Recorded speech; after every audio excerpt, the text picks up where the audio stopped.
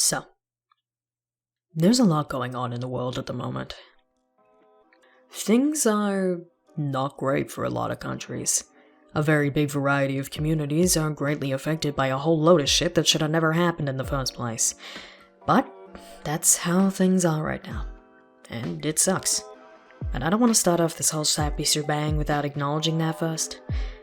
That being said, while things are bad, I do think it's important for all of us to take our little victories where we can get them. Just sitting here and absorbing all the bad info from news and social media and shit can make you a little bit crazy, so for once, instead of having big talks about how bad people suck, we're gonna do something a little bit different. Now, I'm gonna say in advance, this is probably gonna come off cringe as fuck. I've rewritten the script for this like maybe 4 times because I tend to over-yap and the video ends up being like 5 hours long when it's supposed to be just a couple of minutes. But with that in mind, know that I'm gonna talk about some pretty personal stuff. If you don't want to hear it because Google Gaga streamer immersion or whatever, maybe mute and come back in a few minutes. Now, for the rest of you, sit down. Papa Lamb story time. I grew up incredibly weird. No, that would be a fucking awesome way to end it, but it's probably not the same weird that people are thinking. You see, I grew up in a period of time where gender roles were an extremely big fundamental thing in places like schools and within homes, and since I was a wee little lad, that sort of stuff was extremely hard for me to understand. I got yelled at for doing things that were considered too boyish, I got judged by other girls for trying to fit into girl things. It was a bit of a mess.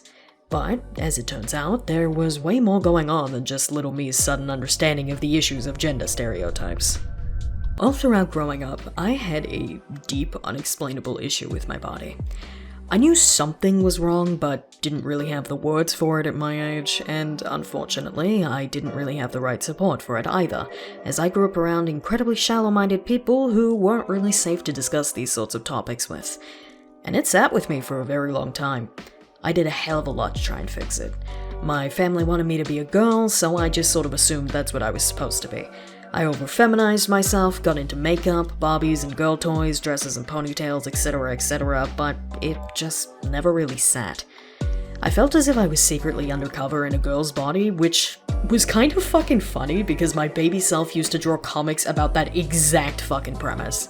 Now, this type of story sounds extremely familiar to a specific group of people.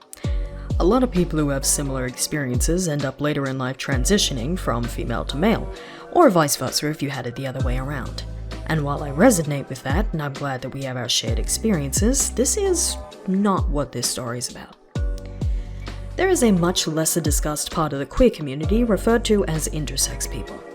If you don't know what that is, that's okay. Literally nobody talks about it. I didn't know what it was until I was in my 20s, and as a not-so-fun fact, most people who are intersex don't find out about it until they're an adult either. But it's that funny little flag that you see at the beginning of the newest generation pride flag that starts off that weird little triangle thing. As it turns out, while I did just assumed I was simply transgender, for me, it went way further than that. To make an extremely long story short, my body was confused. It didn't know if I was supposed to be a girl or a boy, so instead it just gave me neither. Not enough estrogen, not enough testosterone. The entire puberty section of my life ended up being 1,000 times harder than it was supposed to be, which, looking back now, explained a lot. But the issues that lack of hormones came with continued to wreck me into my adulthood, and the moment I was able to move out and have some bodily autonomy, I threw myself at the best doctor I could find. And what we found was, you guessed it, still incredibly confusing. Oh, you thought there was going to be some big diagnosis reveal there? Sorry. See, here's the thing. I'm not going to get into super deep details about my medical history. I'm not a doctor, and I don't think it's a smart idea for myself or any regular person to try and explain things that we have not spent a decade in school for.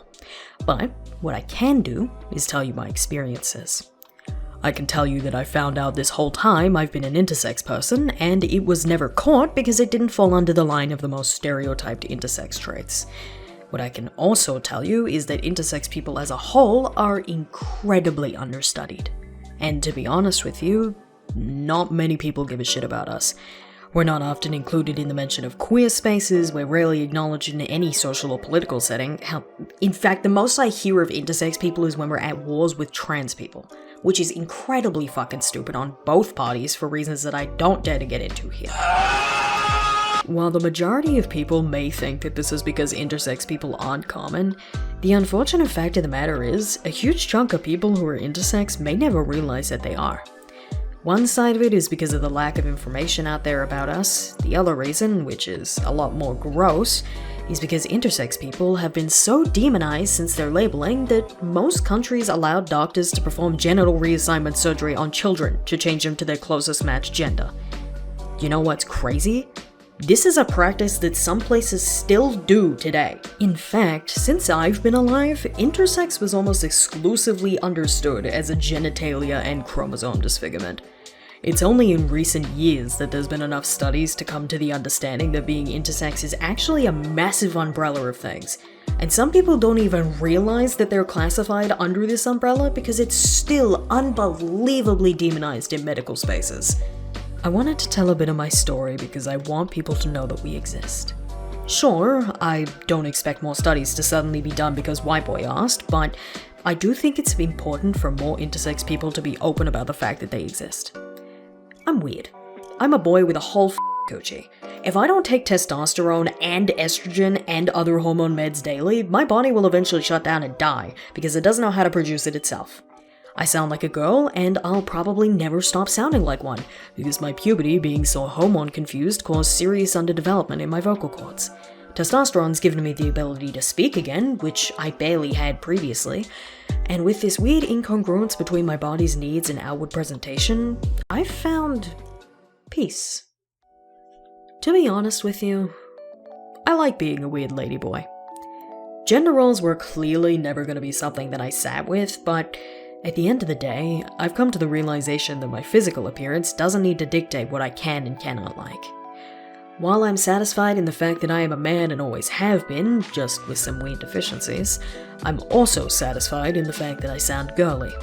I'm satisfied in the fact that people have a hard time pinpointing which side I'm on.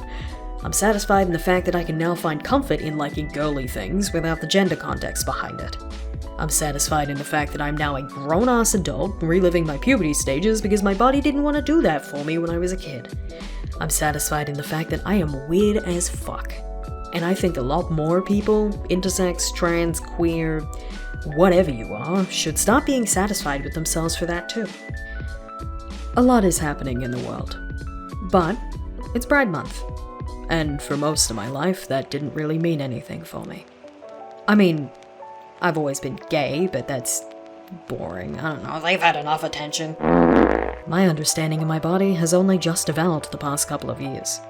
It's taken me a long time, and for some people, finding out that they're queer in any sense takes a lot longer than just being in your 20s.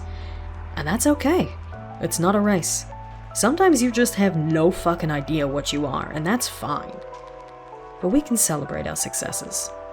We can celebrate the fact that we're still here, despite everything going on in the world.